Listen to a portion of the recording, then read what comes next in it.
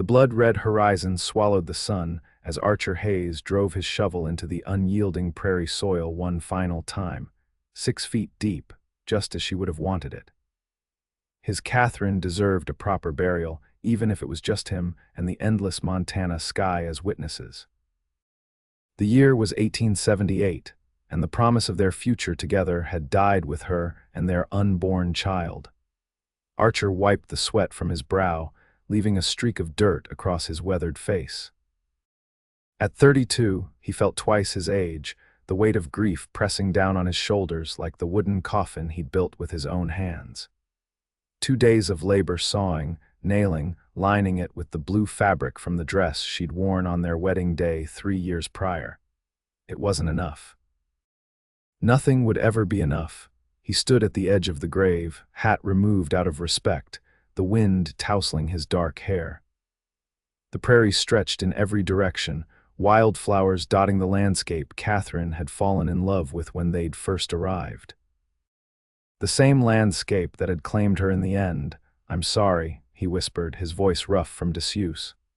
"I'm sorry I couldn't save you." The fever had taken her quickly. Too quickly for the doctor from Willow Creek to make it in time. Archer had watched helplessly as the life drained from her eyes, her skin burning beneath his touch as he begged her to stay. After lowering the coffin with ropes fashioned from their best riding gear, Archer began the solemn task of returning the earth to where it belonged. Each shovelful of dirt that landed with a hollow thud on the pine box felt like a betrayal. He was burying his heart along with her. When the job was done, he fashioned a cross from 2 pieces of oak, carving her name and the dates that marked her too brief existence on this earth. Catherine Hayes, 1853–1878, beloved wife. The words seemed wholly inadequate to describe the woman who had followed him west with nothing but faith in their future and love in her heart. Archer fell to his knees beside the fresh mound of earth. "I don't know how to do this without you, Kath," he confessed to the wind. "I don't know if I want to."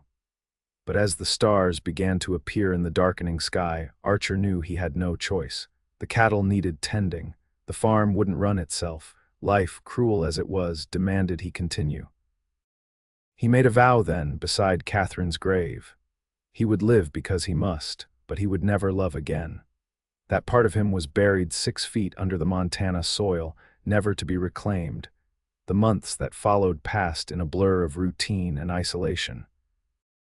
Archer rarely ventured into town, sending his ranch hand, Emmett, for supplies when necessary. He spoke only when spoken to, and even then, his responses were clipped, functional. The ranch flourished under his methodical care, the one thing he could control in a world that had taken everything else from him. Winter came and went, harsh and unforgiving, much like his grief. Spring arrived, painting the prairie in vibrant colors that Archer refused to see. Summer brought sweltering heat, forcing him to work from dawn until the stars emerged, if only to exhaust himself enough to sleep without dreaming of her. It was nearly a year after Catherine's death when Archer finally rode into Willow Creek. He needed new tools, and Emmett had taken ill, leaving him no choice but to make the journey himself. The small frontier town hadn't changed much, a single dusty street lined with wooden buildings, the saloon doing the most business even at midday. Archer tethered his horse outside the general store, shoulders squared against the inevitable greetings and pitying looks. The bell above the door announced his arrival, and Mr. Penfield, the shopkeeper, looked up from his ledger with undisguised surprise. "Archer Hayes, as I live and breathe." "Thought you might have disappeared into that prairie of yours for good." Archer nodded stiffly. "Just need some supplies, Mr. Penfield." Of course, of course." The older man gestured around the store. "Take your time, got some new inventory last week, might interest you." But Archer had already moved toward the tools, intent on completing his errand as quickly as possible. He selected a new hammer, some nails and axe oil with efficient movements, placing them on the counter without meeting the shopkeeper's gaze. "That all for you today?" Penfield asked, tallying the items. "Yes, sir. Might want to add some coffee to that." Heard from Emmett you've been rationing for weeks. Archer's jaw tightened. Emmett talks too much. Man's worried about you is all. Penfield reached beneath the counter and produced a small sack of coffee beans. On the house. Before Archer could refuse, the bell chimed again, and both men turned toward the door. A woman stood silhouetted in the doorway, the sunlight behind her casting her face in shadow.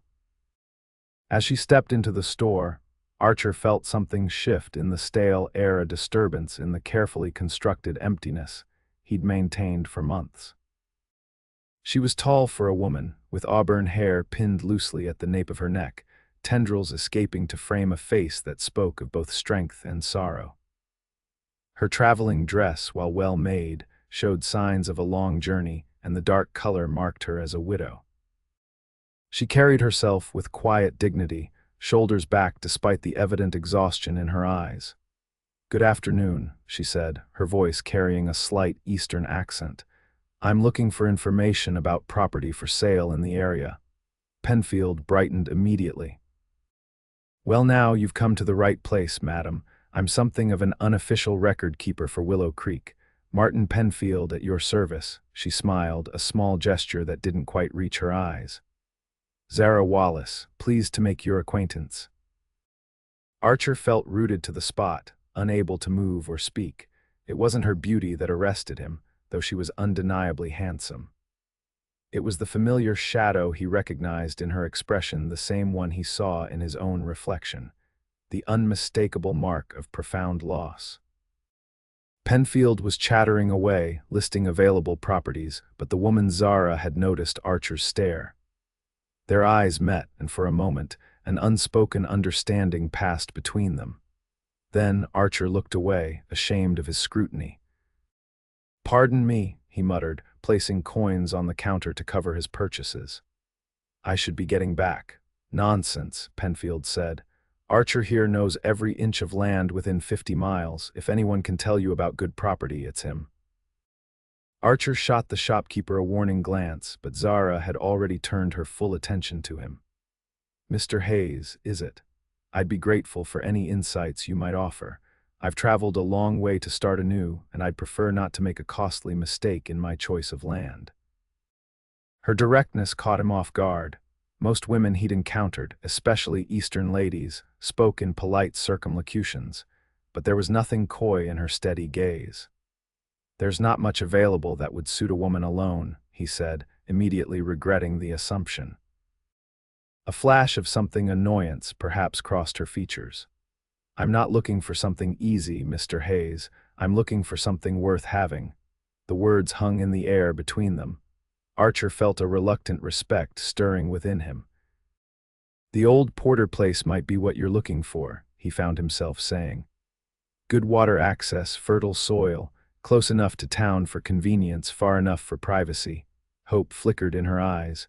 "And where might I find this Porter place?" "About 3 miles east of town."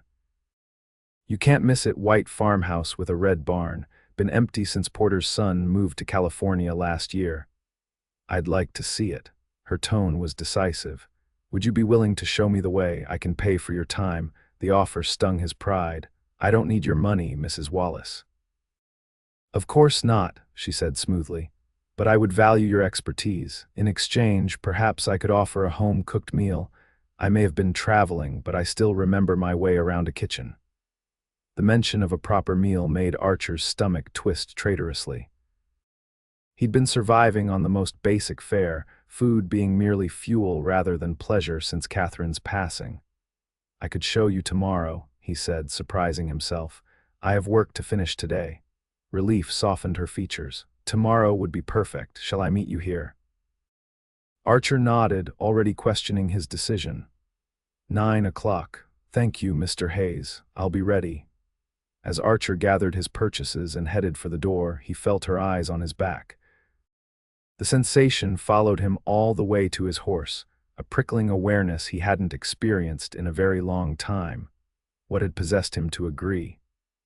He wanted nothing to do with newcomers, especially not a widow with determined eyes and a voice that somehow cut through the fog of his isolation.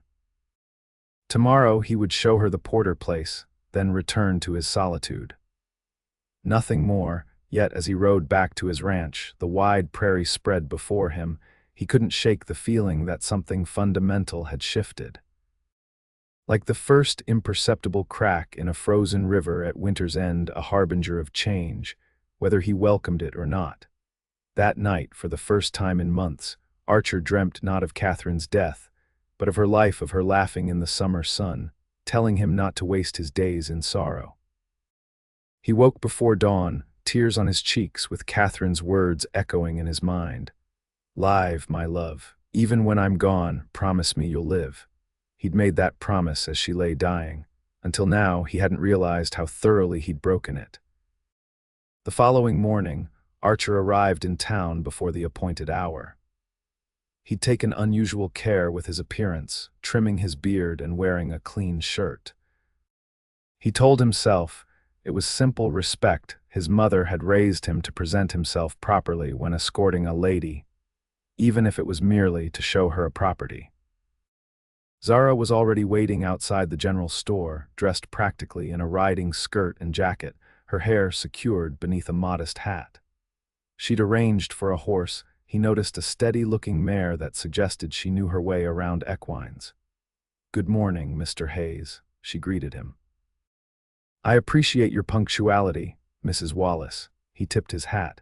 "You ride well enough to make it to the Porter place." A hint of amusement touched her lips.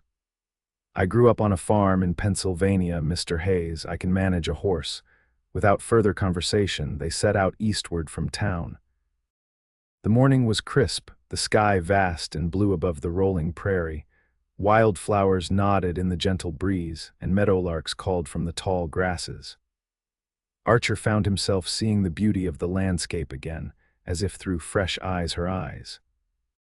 "It's magnificent," Zara said after they'd ridden in silence for some time. "I'd forgotten how much space there is out west, how much sky. It can be overwhelming," Archer admitted.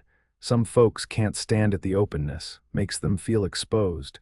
"And you?" she asked. "How does it make you feel?" The question was unexpected, personal in a way he wasn't prepared for.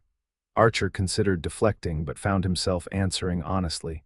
"Free, always has. Like a man can breathe out here, away from everyone else's expectations." She nodded thoughtfully. "I can understand that appeal. What brings you to Montana territory, Mrs. Wallace?" he asked, curiosity finally getting the better of him. "It's a long way from Pennsylvania." A shadow crossed her face.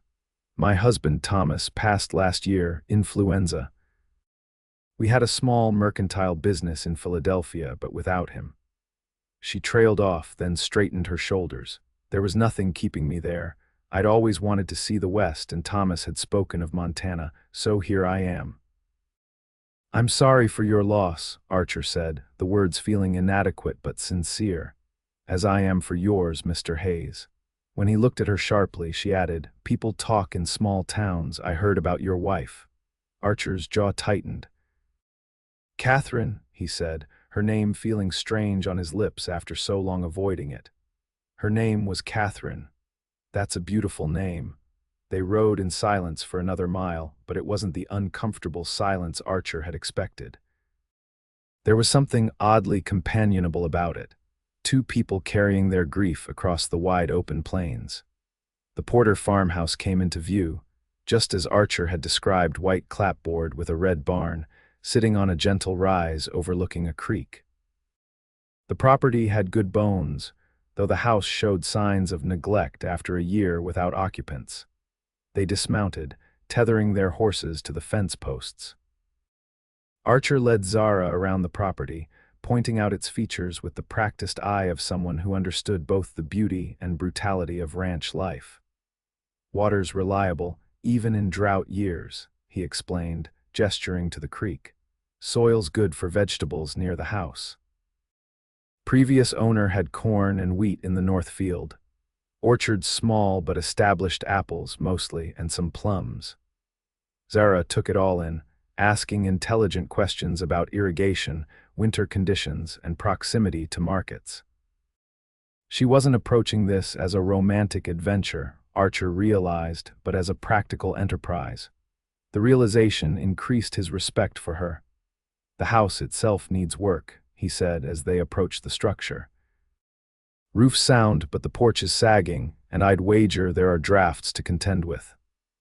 Nothing that can't be fixed with time and effort, she responded, running her hand along the weathered porch railing. The interior was musty but intact, a large main room with a stone fireplace, a kitchen with a cast iron stove, 2 bedrooms, and a small study. Dust motes danced in the shafts of sunlight streaming through the windows, giving the empty rooms an ethereal quality. Zara moved through the space slowly, her expression thoughtful. Archer watched her, trying to see the house through her eyes. It wasn't grand by any means, but it had potential, room to grow. "What do you think?" he finally asked as they stood in the kitchen. She turned to him, a genuine smile lighting her face for the first time since they'd met. "I think it's perfect." The transformation in her countenance struck Archer like a physical blow. In that moment of unguarded hope, Zara Wallace was beautiful in a way that made his chest ache with forgotten feelings. "It needs a lot of work," he cautioned, his voice rougher than he intended. "So do I, Mr. Hayes." Her honesty was disarming. "Perhaps we'll heal together, this house and I." The moment stretched between them, weighted with something Archer wasn't ready to name. He cleared his throat and looked away. "We should head back if you want to speak with Mr. Penfield about the purchase today." She nodded, the professional mask slipping back into place. "Of course. Thank you for showing me." They rode back to town in companionable silence, the sun high overhead. Archer found himself stealing glances at his companion, noting the determined set of her jaw, the graceful way she handled her mount. There was something both familiar and foreign about Zara Wallace, a contradiction that unsettled and intrigued him in equal measure. Back in Willow Creek, Archer helped her dismount, his hands at her waist for the briefest of moments. Even through layers of fabric, the human contact, the first he'd initiated in nearly a year, sent a shock through his system. "Thank you again, Mr. Hayes," she said, looking up at him. "I haven't forgotten about that promised meal, perhaps once I'm settled." The proper response would be to decline, to retreat back to his solitude. Instead, Archer heard himself say, "I'd like that." A week later, Archer found himself delivering a wagon load of supplies to the Porter place, now the Wallace place. He told himself it was neighborly, nothing more. The widow would need help getting established, and his ranch was the closest property to hers. It was his duty to ensure she had what she needed to survive her first months. At least, that's what he told himself as he loaded sacks of flour, sugar, coffee, and dried goods into his wagon. And tools, she'd need tools to make repairs. Seeds for a kitchen garden, a length of sturdy rope, nails, all practical items any homesteader would require. He didn't examine too closely why he'd also included a jar of honey from his own hives, Catherine's pride and joy, the apiary she'd established their first summer on the ranch.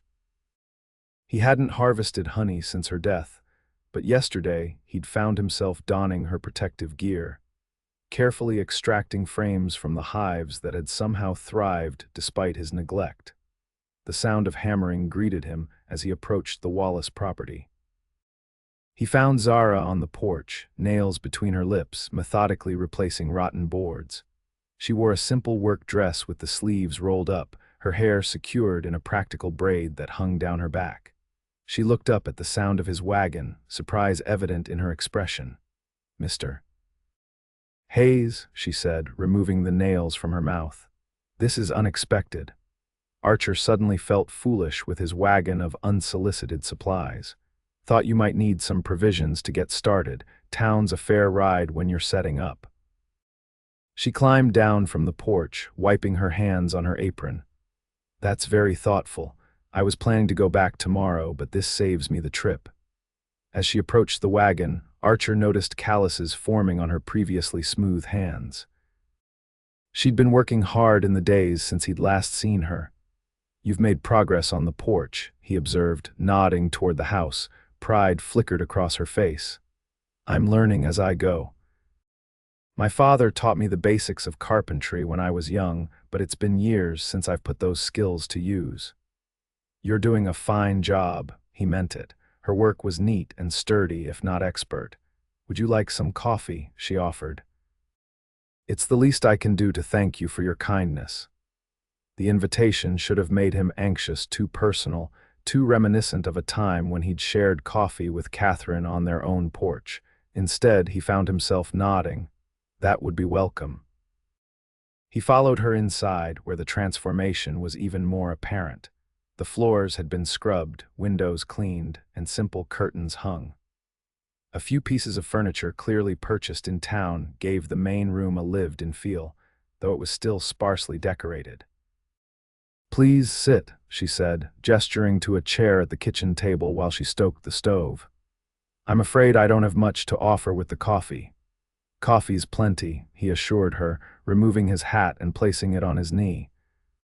As she prepared the drink, moving efficiently around the small kitchen, Archer found himself studying her. There was a quiet competence to her movements, a self-sufficiency that spoke of a woman accustomed to managing on her own, even before widowhood had forced it upon her. "How long were you married, Mrs. Wallace?" he asked, the question escaping before he could consider its propriety. If she was offended, she didn't show it. 7 years, she answered, placing a steaming cup before him. "Though Thomas was away often, managing our business interests, and you?" 3 years with Catherine, he said, surprising himself with his willingness to speak her name. Not nearly long enough. Zara sat across from him with her own cup. "It's never long enough, is it?" The simple truth of her statement struck him. "No," he agreed softly, "it isn't." They sipped their coffee in silence for a moment, the shared understanding of loss creating a bridge between them. "I've been thinking," Zara finally said, her tone casual though her eyes were intent on his face. "There are several repairs I can manage myself, but some require more strength or expertise than I possess. Would you consider helping me, Mr. Hayes? I can pay a fair wage for your time." Again, the mention of payment rankled him. "I don't need your money. Everyone needs something, Mr. Hayes." Her directness was becoming familiar, almost expected. "If not money, then what would you accept in exchange for your assistance?" He considered the question seriously. "Meals," he finally said. "Proper ones. It's been a while since I've eaten anything worth remembering." A smile touched her lips. "Done, though I should warn you, my cooking is hearty rather than refined." "Hearty suits me fine, Mrs. Wallace. If we're to be working together, perhaps you might call me Zara." The invitation to familiarity hung between them. It was a small step, insignificant to most, but to Archer, it felt momentous, a deviation from the careful isolation he'd maintained. "Archer," he offered in return, extending his hand across the table. Her fingers were warm and calloused against his palm as they shook hands, the contact brief but electric. In that moment, Archer recognized the danger he was courting by agreeing to her proposal. Companionship, even of the most practical kind, would inevitably chip away at the walls he'd built around his heart. Yet as he drove his wagon home that evening, the prairie painted gold by the setting sun, Archer couldn't bring himself to regret his decision. For the first time since burying Catherine, he felt something other than grief or numbness.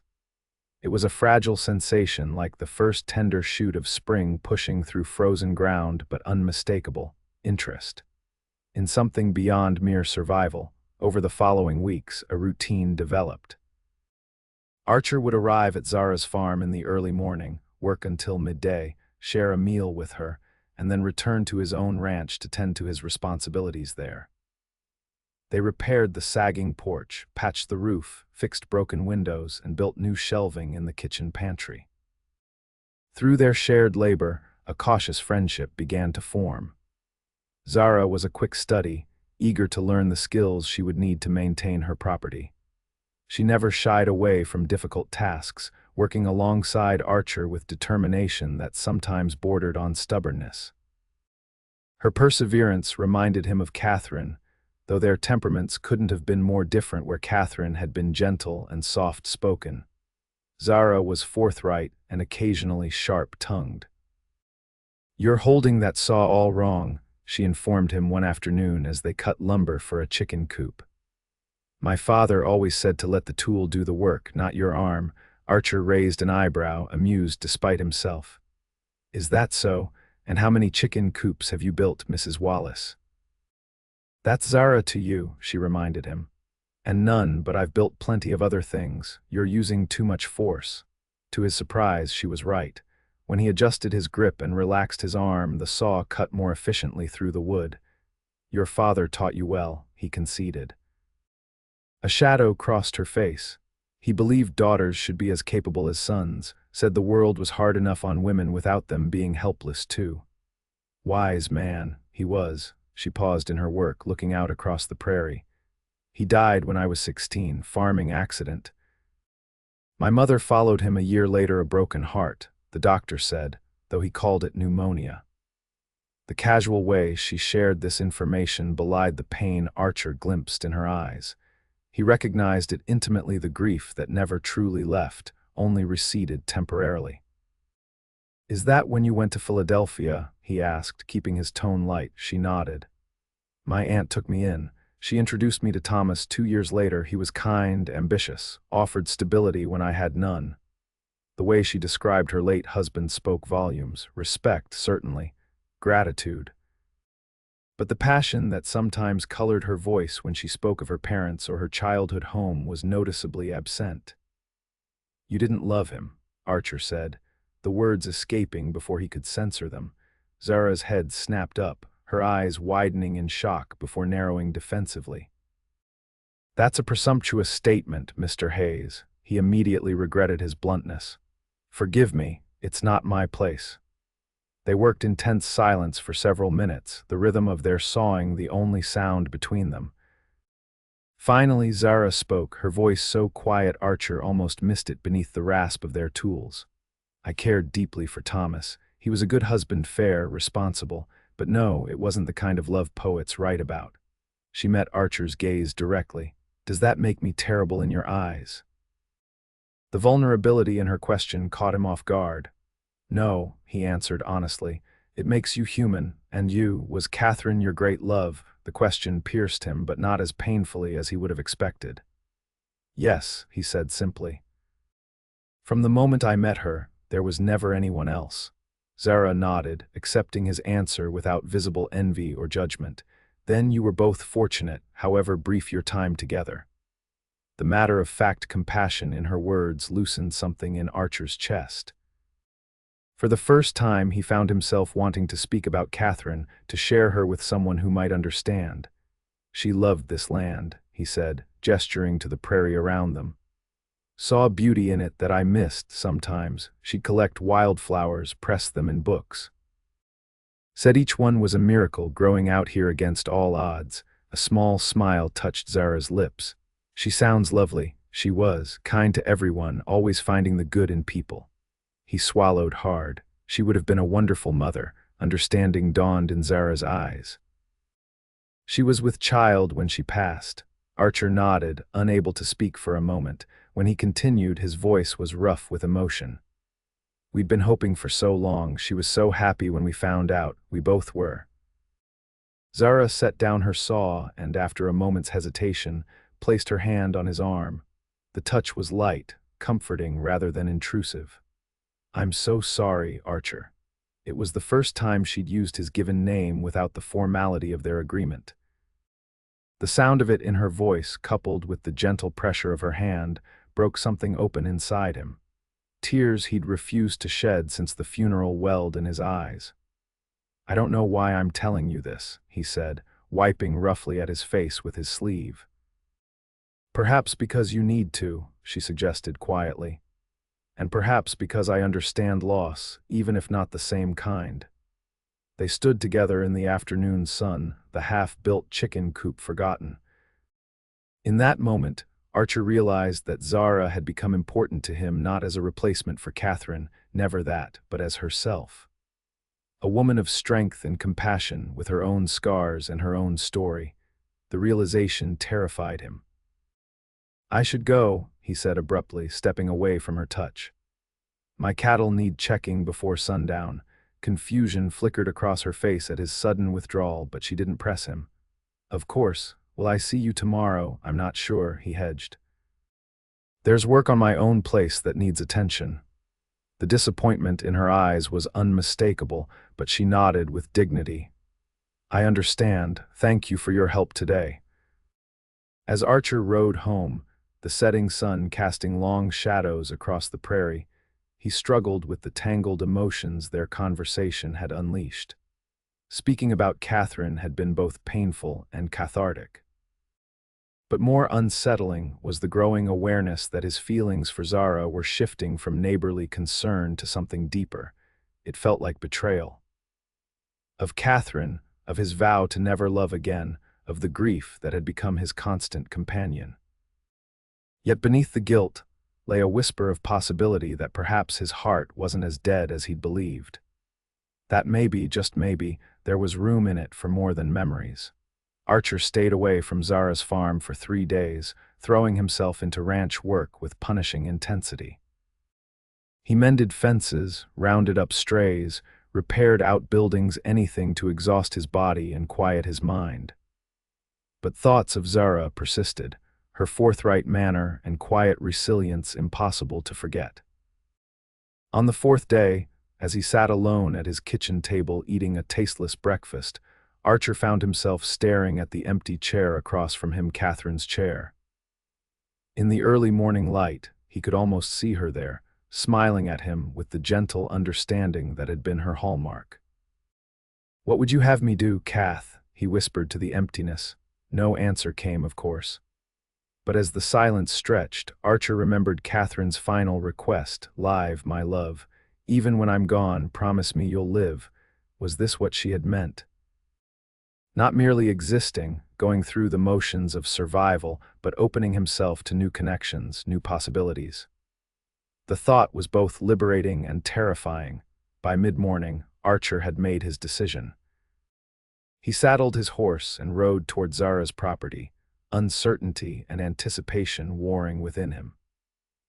As the now familiar farmhouse came into view, he saw her in the garden, kneeling among newly planted rows, a wide-brimmed hat shielding her face from the sun.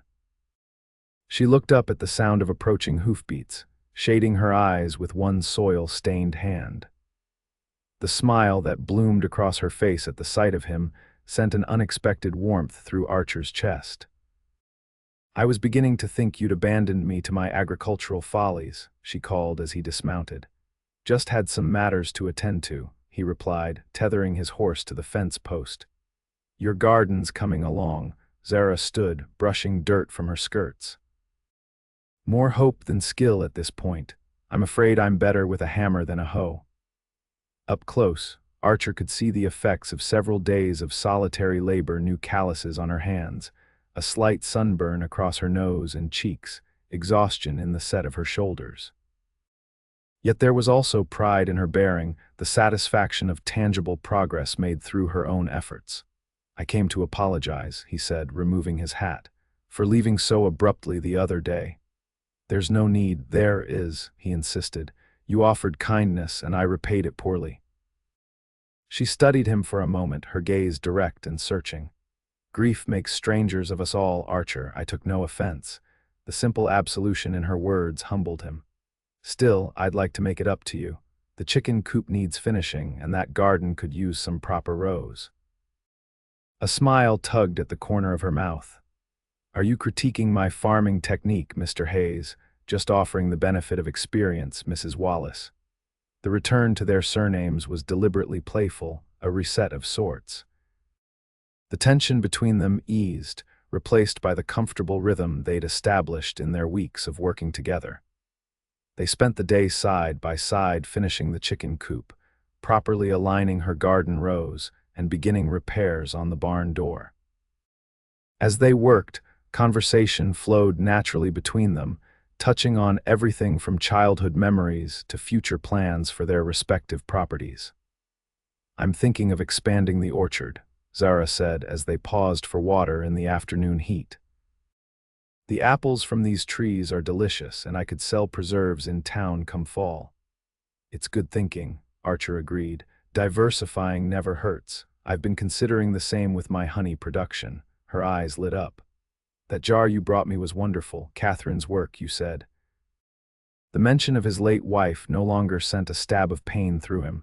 Instead, Archer felt a bittersweet pride. She had a way with the bees, said they responded to gentleness better than fear.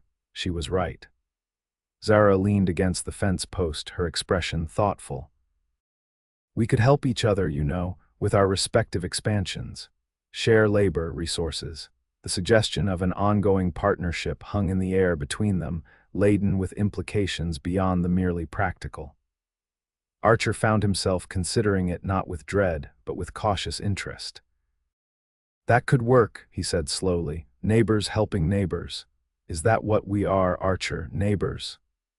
There was a hint of challenge in her voice, a gentle pushing against the boundaries he'd established. He met her gaze directly. For now, he answered honestly. I can't promise more than that.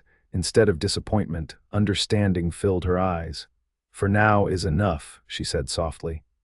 The future has a way of revealing itself in its own time. As the sun began its descent toward the horizon, Archer helped Zara carry water from the creek to her newly planted garden. The simple domestic task felt right somehow, the two of them working in companionable silence as the day cooled around them. Stay for supper, she said as they emptied the last of the buckets. I owe you a meal for today's work. The invitation was casual, yet Archer sensed the significance of his response. Accepting meant another step away from isolation, toward whatever undefined possibility was growing between them. I'd like that, he said. Zara's kitchen was warm and fragrant with the smell of baking bread when they entered.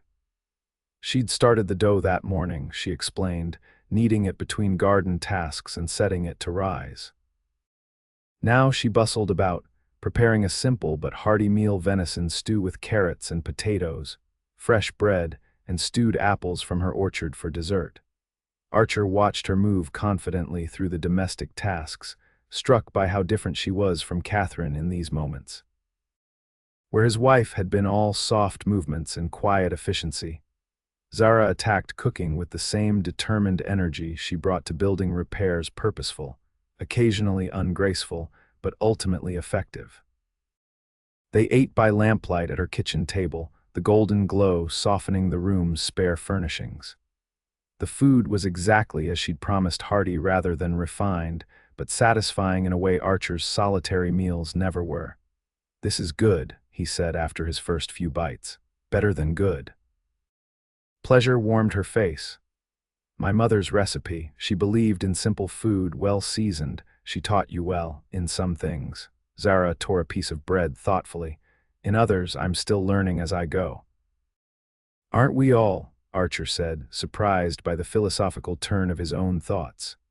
Their conversation meandered comfortably through the meal, touching on practical matters: the coming summer heat, the best time to harvest honey, the likelihood of early frost in the fall. It was the talk of farmers, of people connected to the land and its rhythms, of neighbors, of friends. As the meal concluded, a comfortable silence fell between them. Archer should leave propriety, and his own caution both demanded it. Yet he found himself lingering, reluctant to end this peaceful interlude and return to his empty house. I should go, he finally said, though he made no move to rise. Yes, Zara agreed, equally motionless.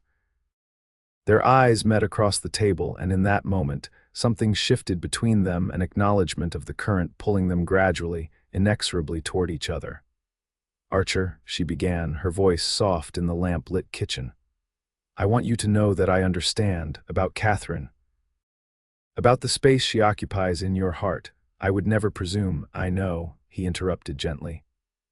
That's what makes this possible. The word hung between them: possible. Not certain, not promised, but no longer denied either. Archer stood then, knowing that if he stayed any longer, the delicate balance they'd established might tip too quickly. Thank you for supper. Zara walked him to the door, her presence beside him both comforting and electric. At the threshold, she looked up at him, her expression open and unguarded in the soft lamplight. Will I see you tomorrow? she asked, the question simple yet laden with meaning. Archer nodded. Tomorrow, he confirmed. He rode home beneath a canopy of stars, the vast Montana sky stretching endlessly above him. For the first time in over a year, the solitude of the prairie didn't feel like a reflection of his inner emptiness, but rather a space filled with possibility. Tomorrow awaited, and for once, Archer found himself looking forward to its arrival. The summer unfolded in a pattern of shared days and gradual healing. Archer divided his time between his ranch and Zara's farm, helping with the heavier work while she tackled the countless tasks of establishing her new home. Their arrangement evolved from formal exchange to natural partnership, each contributing their strengths to the other's endeavors. July brought scorching heat that baked the prairie and tested Zara's resolve. Archer found her one afternoon collapsed in the shade of her porch, face flushed with exertion after attempting to dig a new irrigation channel in the hard, packed soil. "You'll kill yourself working like this in this heat," he chided, pressing a canteen of cool water into her hands. She drank deeply before responding. "The garden won't water itself." "No, but it can wait until evening when the sun's lower. Some tasks aren't worth risking heatstroke." Concern creased her brow. "Will the plants survive that long without water? They're hardier than they look," he assured her, like their caretaker. The compliment brought a smile to her exhausted face. "Are you calling me hardy, Mr. Hayes?" Among other things, Mrs. Wallace. These moments of gentle teasing had become common between them, a comfortable banter that occasionally verged on flirtation before retreating to safer ground. Neither was ready to cross certain boundaries, yet both acknowledged the growing connection between them. As July turned to August, their collaborative efforts began to bear fruit literally and figuratively. Zara's garden flourished under their combined care, providing fresh vegetables for both households. Archer's apiary, revitalized with techniques gleaned from Catherine's careful notes, produced the season's first honey harvest. Together, they picked apples from Zara's small orchard, filling bushel baskets to be transformed into preserves and cider. It was during one such harvest day that Archer realized how far he'd come from the broken man who had buried his wife on the prairie. Perched on a ladder among apple-laden branches, he watched Zara below, efficiently sorting fruit into different baskets based on quality and intended use. The August sun gilded her auburn hair, escaped tendrils curling around her face as she worked. The sight filled him not with guilt or betrayal, but with appreciation. Appreciation for her competence, her determination, her company. For the way she'd helped him remember how to live rather than merely exist. "You're staring," she called up, not looking from her task. Caught, Archer smiled ruefully. "Just making sure you're sorting those correctly," she snorted, unconvinced.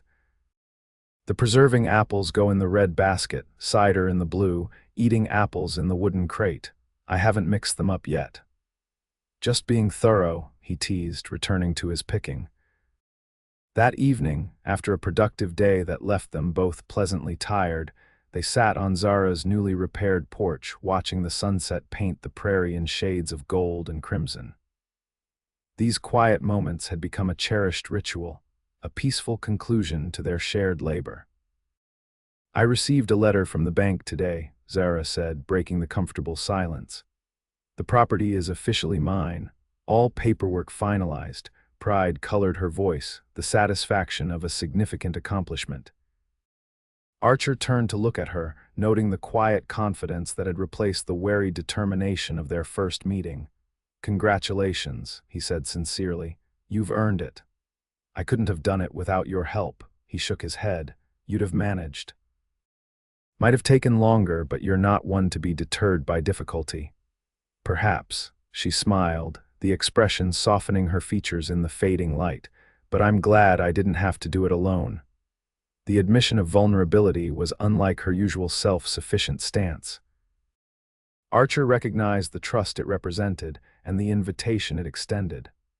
"Zara," he began, her name familiar yet significant on his lips. "These past months, Words failed him, inadequate to express the complex journey from grief-stricken isolation to this moment of tentative hope. How could he articulate the gradual awakening she'd inspired? The way her presence had reminded him that life continued, that connection was still possible. She saved him from his inarticulacy, her hand finding his on the porch railing. The touch was gentle but deliberate, her fingers warm against his sun-browned skin. "I know," she said simply. In that moment of shared understanding, something shifted between them, a boundary crossed, a possibility acknowledged. Archer turned his hand beneath hers, interlacing their fingers in a gesture that felt both monumental and entirely natural. They sat in silence as darkness fell, hands joined, the vast prairie stretching before them like an unwritten future. Neither spoke of love or commitments, of past losses or future hopes. There would be time for such conversations. For now, this connection, this acknowledgement of mutual importance was enough. When Archer finally rose to leave, reluctance evident in his movements, Zara walked him to his horse. The August night was warm around them, cricket song filling the darkness. "There's a social in town this Saturday," he said as he adjusted his saddle. "Dance at the meeting hall, potluck supper. Would you consider attending with me?" The invitation represented more than a simple outing. It was a public declaration of sorts, a step from private connection toward acknowledged courtship. Zara's smile in the moonlight was answer enough, but her words confirmed it. "I'd be honored, Archer." He rode home beneath a canopy of stars, a lightness in his chest that had been absent for too long. Not happiness, exactly the grief for Catherine would always be part of him, but something adjacent to it. Contentment, perhaps, or hope. The social at Willow Creek's meeting hall was the event of the season, drawing ranchers and townspeople from miles around. For many of the outlying homesteaders, it represented a rare opportunity for community and celebration amid the relentless work of prairie life. Archer arrived at Zara's farm in his wagon, dressed in his best shirt and newly polished boots. The sight that greeted him as she emerged from her house stole his breath. Gone was the practical work dress and utilitarian braid. In their place, a blue calico dress that complemented her auburn hair, which she'd arranged in an elegant knot at the nape of her neck. "You look," he began, words failing him for the second time in their acquaintance. A becoming flush colored her cheeks. "Presentable, I hope." "It's been some time since I attended a social gathering." "More than presentable," he assured her, offering his hand to help her into the wagon. The drive to town passed quickly, filled with easy conversation and occasional comfortable silences. As they approached Willow Creek, Archer became aware of a growing nervousness, not about being seen with Zara, but about his own readiness to rejoin community life after so long in self-imposed isolation. "Are you all right?" Zara asked, perceptive as always. He offered a rueful smile. "Just realizing how long it's been since I've been to one of these. I'm out of practice at socializing." "We can be out of practice together," she said, her hand briefly covering his on the reins, "and leave early if it becomes overwhelming." Her understanding calmed his unease. By the time they reached the meeting hall, lamps already glowing from within and the sounds of fiddle music spilling into the evening air, Archer felt prepared to face the inevitable curiosity their arrival would generate. Inside, the hall had been transformed from its usual austere functionality to a festive gathering place. Tables lined the walls, laden with potluck offerings. The center floor had been cleared for dancing, and already several couples moved to the lively tune played by local musicians. Their entrance did not go unnoticed. Conversations paused, heads turned, and curious glances were exchanged as Archer escorted Zara into the hall. It had been nearly 18 months since most of these people had seen him at a social event since before Catherine's death, and his appearance with the widow Wallace was clearly noteworthy. Mr. Penfield was the first to approach them, his wife beside him. "Archer, Mrs. Wallace. Wonderful to see you both. Please, add your dish to the table and make yourselves at home." Zara had prepared a generous apple pie from her orchard's first proper harvest. As she placed it among the other desserts, several of the town's women gathered to introduce themselves, curiosity thinly veiled as welcome.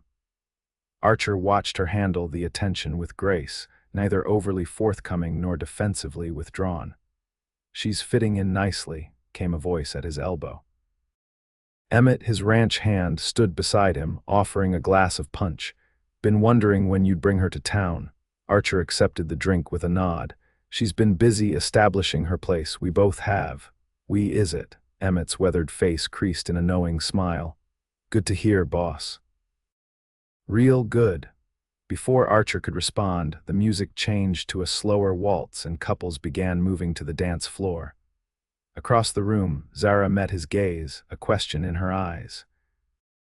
Setting aside his punch, Archer made his way to her, aware of the attention their movements attracted but finding, to his surprise, that he didn't mind. "Would you care to dance, Mrs. Wallace?" he asked formally, extending his hand. "I would indeed, Mr. Hayes," she replied, placing her fingers in his. Leading her to the dance floor felt significant, a public acknowledgement of their developing relationship. As he placed his hand at her waist and began to guide her through the waltz, Archer was struck by how natural it felt to hold her this way. They moved well together, finding rhythm without difficulty, just as they had in their shared work over the summer months. "Everyone is watching us," Zara murmured, though she didn't seem particularly concerned. "Let them," Archer replied. "They've had little enough to gossip about since you arrived. We might as well give them something worth discussing."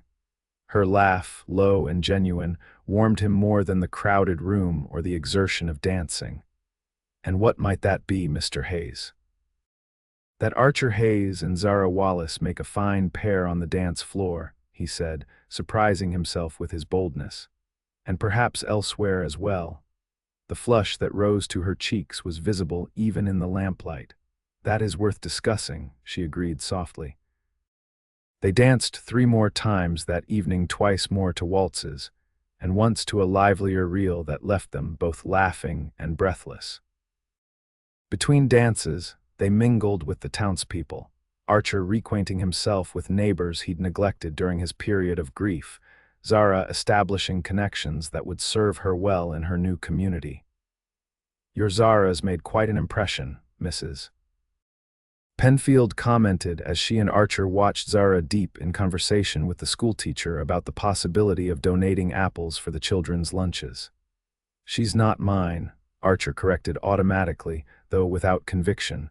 The older woman patted his arm. "Not yet, perhaps. But I haven't seen you look at anyone that way since Catherine."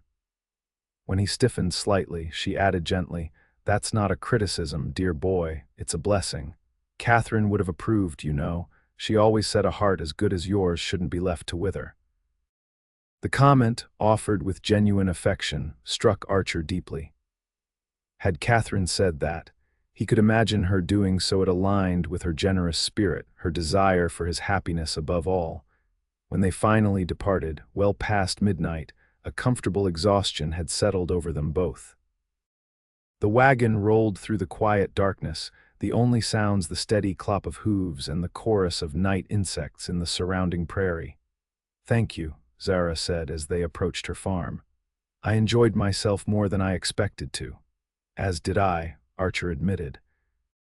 "Though I suspect we'll be the primary topic of conversation at church tomorrow." She chuckled softly. "Small towns are the same everywhere. People need something to discuss over their Sunday dinners." He pulled the wagon to a stop before her house, now familiar and welcoming in the moonlight. As he helped her down, their hands remained joined a moment longer than necessary, neither willing to break the connection. "Would you like to come in for coffee?" she offered, the invitation innocent yet weighted with possibility. Archer hesitated, aware of the late hour and the impropriety it might suggest. Yet the thought of ending their evening so abruptly seemed equally wrong. Coffee would be welcome, he decided. Inside, Zara lit the lamps and stoked the banked fire in the stove while Archer removed his hat and jacket. settling into what had become his usual chair at her kitchen table. The domestic familiarity of the scene struck him how comfortably they moved in each other's presence, how natural it felt to end the day in her kitchen. As she prepared the coffee, Archer found himself studying her profile in the lamplight. The elegant knot of her hair had loosened slightly from dancing, tendrils framing her face in a way that softened her usual practical appearance. The blue calico of her dress emphasized the curve of her waist, the strength of her shoulders.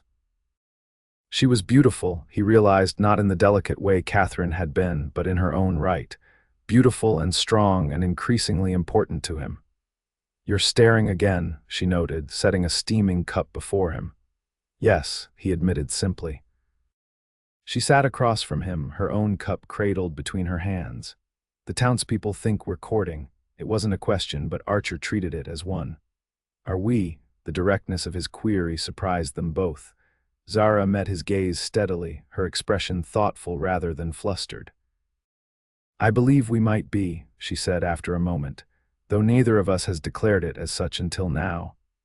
"Would you want that, Zara?" His voice was low, serious. A proper courtship with all it entails. She considered the question with characteristic thoroughness. "A year ago I would have said no. I came west for independence, not to replace one marriage with another." "And now," he prompted when she paused, "now I find that independence and connection aren't mutually exclusive, that perhaps there's a way to have both with the right person." Her eyes held his. "Would you want that, Archer?" After Catherine, the question cut to the heart of his hesitation, his lingering guilt. But sitting across from this remarkable woman, who had never asked him to forget his wife, but had simply made space for herself alongside that cherished memory, Archer found clarity. "I will always love Catherine," he said honestly. "That won't change." "I wouldn't want it to," Zara assured him. "But yes," he continued, reaching across the table to take her hand. "I want to court you properly, Zara Wallace, if you'll have me." Her fingers tightened around his, her smile illuminating her face in a way that made his heart stutter. "I believe I will, Archer Hayes." The simple exchange, devoid of flowery declarations or passionate promises, suited them perfectly. Their connection had been built on practical partnership, mutual respect, and gradual understanding, a solid foundation for whatever might follow. They finished their coffee in companionable conversation, discussing the social, the coming harvest, plans for the autumn months. When Archer finally rose to leave, dawn was not far off, the eastern sky beginning to lighten beyond the windows. At the door, he paused, suddenly uncertain. Their new understanding seemed to require some gesture, some acknowledgement beyond words.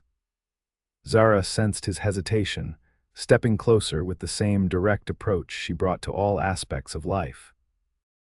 "I believe," she said softly, "that in a proper courtship a goodnight kiss would not be inappropriate."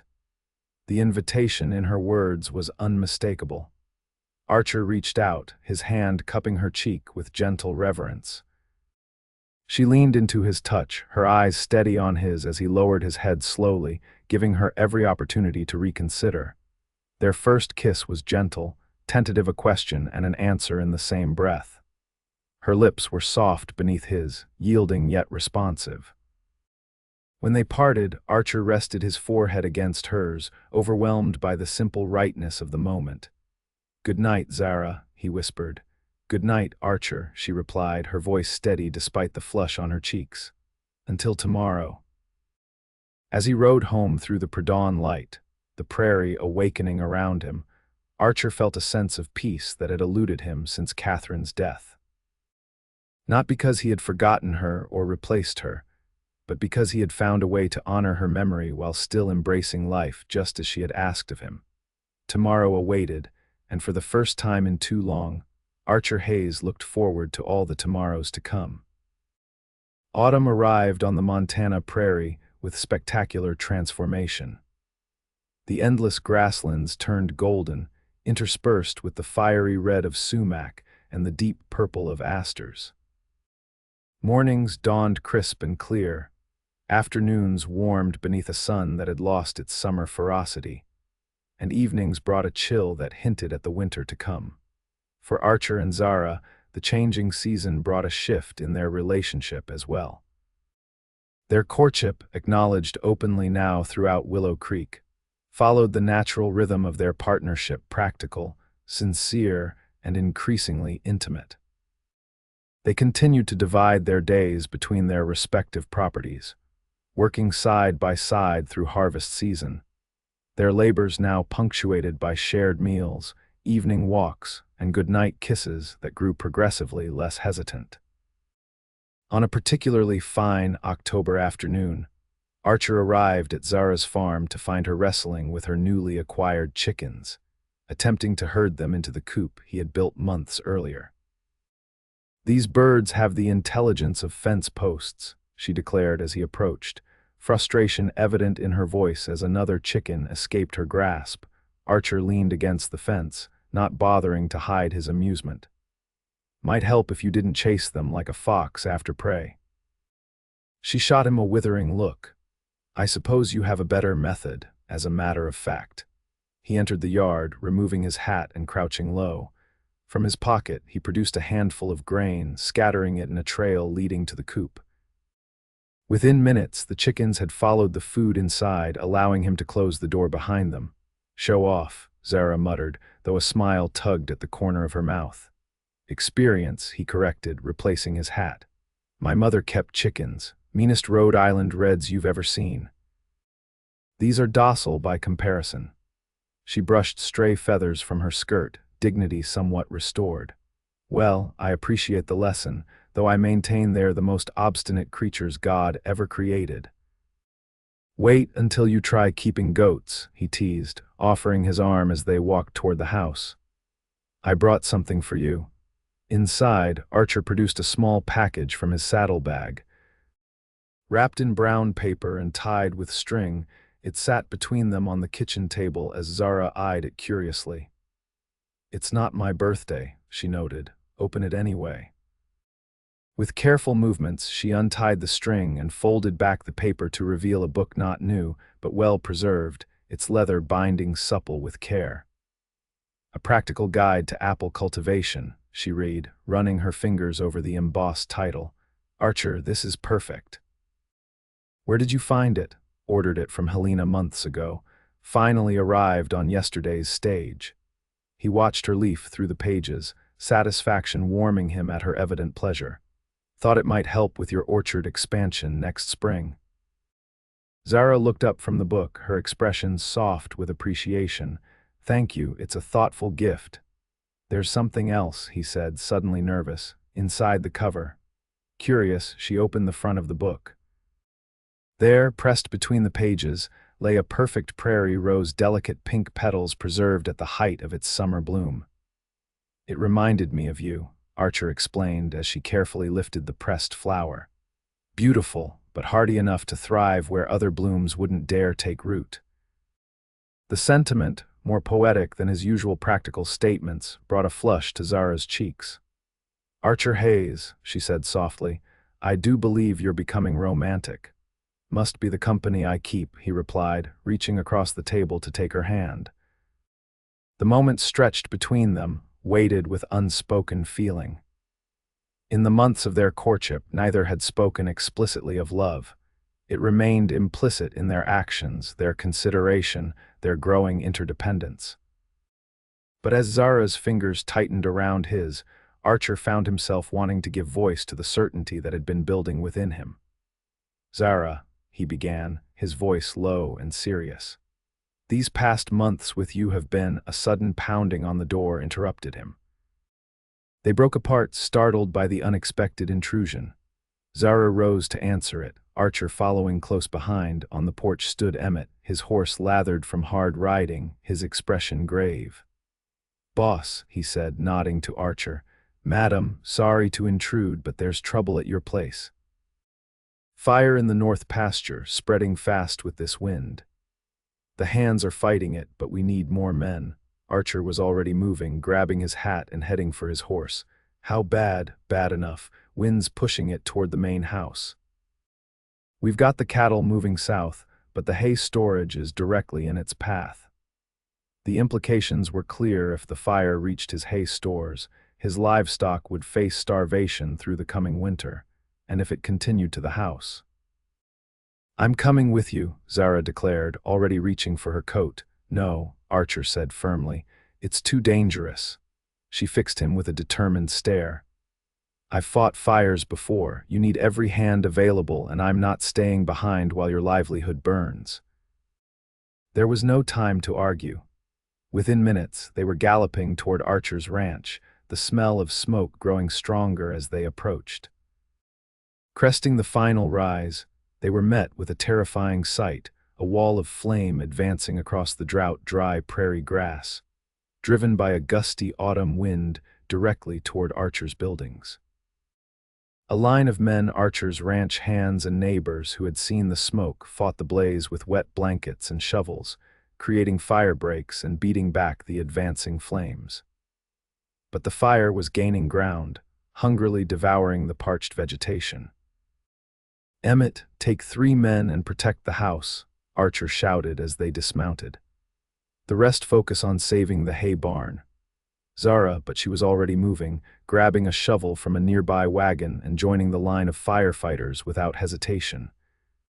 For a moment, Archer watched her, this remarkable woman who had come into his life when he least expected it, and was now fighting alongside him to save his home. Then he grabbed his own tools and joined the fray. The next hours passed in a blur of heat, smoke, and desperate effort. The fire seemed to have a malevolent intelligence, finding new paths whenever they thought they'd contained it. Archer worked tirelessly, his lungs burning, his eyes stinging, aware that everything he had built with Catherine, their dream, their home, hung in the balance. At one point, he found himself working beside Zara, her face streaked with soot, her hair escaping its practical braid, her movements fueled by the same determination he'd come to rely upon. "We're going to lose the hay barn," she said bluntly, voicing what he had already realized. "We need to focus on keeping the fire from jumping to the house." The "we" wasn't lost on him, even amid the crisis. Without argument, he nodded, redirecting their efforts to protect the main building. The hay barn was already a loss, but the house, the heart of the ranch, might still be saved. As dusk fell, the wind mercifully began to die down, giving their firefighting efforts the advantage they desperately needed. By midnight, the worst was over. The hay barn was gone, reduced to smoldering ruins, and a significant portion of the north pasture was blackened wasteland. But the house stood untouched, the livestock had been safely moved, and no lives had been lost. Exhausted firefighters collapsed wherever they could find space, on porches, in the bunkhouse, in wagons.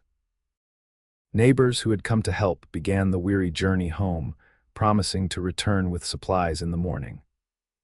Emmett organized a watch rotation to ensure the remaining embers didn't reignite. Archer found Zara sitting on his porch steps, staring out at the still glowing remnants of the fire. Her hands were blistered from the shovel handle, her dress ruined, her face drawn with fatigue. To his eyes, she had never looked more beautiful. "You should rest," he said, sitting beside her. "There's a bedroom made up inside." She shook her head. "I'm fine here for now." Too tired to move further. He understood the feeling. His own body ached with exhaustion, every muscle protesting the day's demands. Yet beneath the physical fatigue lay a profound gratitude, not just for the saving of his home, but for the woman beside him who had fought as if it were her own. "Thank you," he said simply, "for being here, for fighting." Zara turned to look at him, the firelight reflecting in her eyes. "Where else would I be? This is yours, and you are—" She stopped, something vulnerable crossing her face. "I am what?" he prompted softly. She met his gaze directly, characteristically forthright even in this moment of emotional exposure. "Mine," she finished. "At least, I hope so." The simple declaration broke through whatever remaining barrier Archer had maintained around his heart. "Yes," he affirmed, his voice rough with emotion and smoke. "Yours, Zara, as you are mine." He reached for her then, heedless of their soot-covered state, drawing her into his arms with gentle insistence. She came willingly, her head finding the hollow of his shoulder as if it belonged there. They sat in silence for a long moment, holding each other amid the aftermath of destruction, finding in their connection a promise of renewal. "I love you," Archer said finally, the words emerging naturally, without the struggle he had anticipated. "I think I have for some time now." Zara lifted her head to look at him, her expression solemn despite the joy that illuminated her eyes. "And I love you, Archer Hayes, not in place of what came before, but for what is now, for what could be." Their kiss tasted of smoke and exhaustion, and profound relief, the seal on a declaration long in coming but no less powerful for its delay. When they parted, Archer rested his forehead against hers, content in the simple certainty of their shared feeling. "Marry me," he said, the words less a question than a continuation of the truth they had just acknowledged. "Not immediately, we can wait until spring if you prefer, but be my wife, Zara. Partner with me in all things, as you already have in so many." Her answer came without hesitation, as direct and honest as everything between them had been. "Yes, Archer, I will marry you." In the aftermath of near disaster, they had found their way to the future neither had imagined possible when they first met Archer, grief-stricken and isolated, Zara determined and independent. The path forward would not be without challenges. The loss of the hay barn meant a difficult winter ahead, requiring careful management of resources and community support. But they would face it together, their separate strengths combined in shared purpose. As dawn broke over the blackened pasture, Archer and Zara finally succumbed to exhaustion, falling asleep on the porch swing, still holding each other. It was there that Emmett found them hours later, a smile crossing his weathered face at the sight. He quietly withdrew, leaving them to their hard-earned rest and the promise of the future they would build together. Winter descended on the Montana prairie with characteristic ferocity, bitter cold, howling winds, and snow that transformed the landscape into an endless sea of white. For Archer and Zara, the season brought both challenges and unexpected joys as they navigated their engagement and the practical realities of joining their lives. The loss of Archer's hay barn had indeed created hardship. With their winter feed stores destroyed, they were forced to rely on the generosity of neighbors and careful rationing to keep the cattle alive until spring. Many evenings found them at the kitchen table of one farm or the other, heads bent over ledgers as they calculated feed requirements and projected supplies. "We'll need to sell some of the herd," Archer concluded one particularly cold January night. "There's no way around it." Zara nodded, practical as always. "The younger stock will fetch better prices in spring. If we sell some of the older cows now, we can preserve the core breeding stock." Her business acumen continually impressed him. Where Catherine had been a supportive presence in his ranching decisions, Zara was an active partner, her experiences running a mercantile with her late husband giving her insights Archer might have overlooked. "It's not ideal," he admitted, "but you're right. We'll drive them to Helena next week, weather permitting." She repeated with a small smile. I like the sound of that. The casual reference to their shared future warmed him more effectively than the crackling fire in the hearth. They had decided to marry in April, when the worst of winter had passed, but before the demands of spring planting and calving season became all-consuming. The announcement had been met with genuine pleasure throughout Willow Creek, where their courtship had become something of a community investment. "Speaking of Archer said, setting aside the ledger, "we should discuss living arrangements after the wedding." It was a practical consideration they had been circling for weeks. Both owned viable properties, both had invested considerable effort in their respective farms. The logical solution, combining operations at one location, would necessitate one of them surrendering the independence they had worked so hard to establish. Zara looked up from her own calculations, her expression thoughtful. "I've been thinking about that. What if, instead of choosing between properties, we operated them as a single enterprise with two locations?"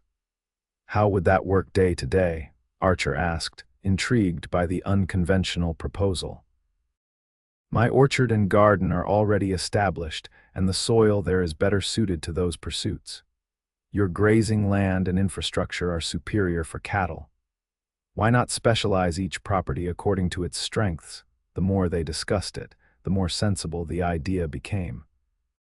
They would make Archer's ranch their primary residence, expanding the house to accommodate their combined household. Zara's farm would become their agricultural center, focusing on orchard products, preserves, and eventually, the honey production they had discussed expanding.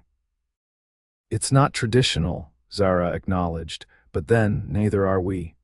Archer reached across the table to take her hand, his thumb tracing the calluses that spoke of her hard work and determination. I wouldn't have it any other way. As January gave way to February, and February to March, their plans took shape amid the rhythms of winter ranch life. They spent most evenings together, alternating between properties as weather allowed, using the forced confinement of the season to learn the domestic patterns that would soon become their shared routine. Archer discovered Zara's tendency to read late into the night, often falling asleep with a book on her chest. She learned of his habit of rising before dawn, regardless of the day's requirements, to watch the sunrise with a cup of coffee. They uncovered each other's preferences, quirks, and occasional stubbornness, navigating these discoveries with humor and growing affection. One stormy evening in late March, with snow piling against the windows of Archer's ranch house, they sat before the fire discussing wedding details. The ceremony would be simple, held in the small church in Willow Creek, followed by a community celebration at the meeting hall. Neither wanted elaborate proceedings, preferring to focus on the meaning of the day rather than its trappings. "I've been thinking," Zara said, setting aside her mending. "About Catherine." The mention of his late wife no longer brought pain, though it still evoked a gentle melancholy. "What about her? I'd like to visit her grave before the wedding, with you if you're willing, to pay my respects and in a way to ask her blessing." She looked slightly embarrassed by the sentiment, unusual for her practical nature. "That probably sounds foolish." Archer shook his head, deeply moved by the request. "Not foolish at all. I think she would like that. She would like you, Zara." "Tell me more about her," Zara said softly. "Not the sad parts, we've shared those. Tell me what made her laugh, what she loved besides you." It was a gift, this invitation to speak freely of Catherine without fear of causing pain or comparison. Archer found himself sharing stories he had kept locked away. Catherine's disastrous attempt at making sourdough bread that had become a running joke between them. Her unexpected skill at mimicking bird calls. The way she would dance by herself in the kitchen when she thought no one was watching. Zara listened attentively, occasionally asking questions that revealed her genuine interest in knowing the woman who had shaped the man she loved. There was no jealousy in her curiosity, only a desire to understand more completely the life Archer had lived before her. "She sounds wonderful," Zara said when he finally fell silent. "Different from me in many ways." "Yes," Archer agreed honestly, "but wonderful in her own right, as you are in yours. I'm fortunate to have loved two remarkable women in one lifetime." The acknowledgement that he could love both Catherine's memory and Zara's present reality without diminishing either felt like the final piece of healing sliding into place. He would always carry Catherine in his heart, but that heart had expanded to embrace Zara fully, without reservation or comparison. 2 days before their wedding, with spring finally asserting itself across the prairie, Archer and Zara rode to the small rise where Catherine was buried. The wildflowers were just beginning to emerge, tiny splashes of color against the newly green grass. Archer had maintained the grave meticulously throughout the changing seasons, replacing the wooden cross with a proper headstone the previous summer. They stood together beside the grave, Zara's hand warm in his as a gentle breeze rustled the prairie grasses around them. She knelt to place a small bouquet of early spring blooms at the base of the headstone, her movements respectful and sincere. "Thank you," she said quietly, addressing the stone as if Catherine could hear, "for loving him first, for teaching him how to open his heart. I promise to cherish that heart as you did, to respect your place in it, and to help him continue becoming the man you loved." The simple ceremony, conducted without witnesses, except the vast Montana sky, moved Archer deeply. As Zara rose and turned to him, he saw in her eyes not just love for him, but genuine respect for the woman who had come before her, a generosity of spirit that confirmed what he already knew. He had chosen well in opening his heart again. "Catherine would be grateful," he said as they mounted their horses to return home. "Not just for your words, but for helping me find my way back to living." Zara smiled, the spring sunlight catching in her auburn hair. "We've helped each other, I think, found our way together." The day of their wedding dawned clear and mild, the prairie dressed in its spring finery as if in celebration.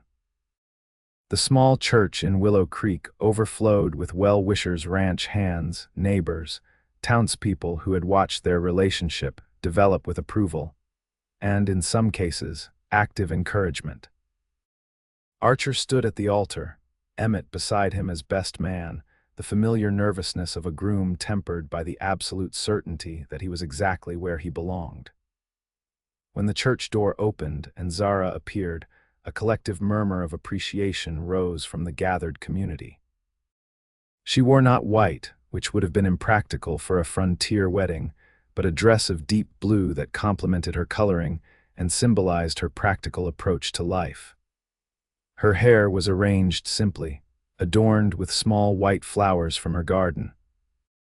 She carried no elaborate bouquet, just a single prairie rose, a callback to the pressed flower Archer had given her months earlier.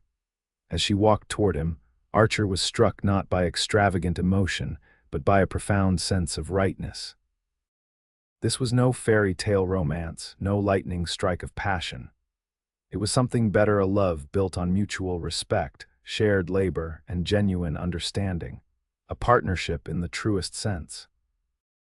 The ceremony itself was brief, the pastor's words traditional but resonant as they exchanged vows and rings. When they were pronounced husband and wife, Archer kissed Zara with reverent tenderness, sealing their commitment amid the approving smiles of their community.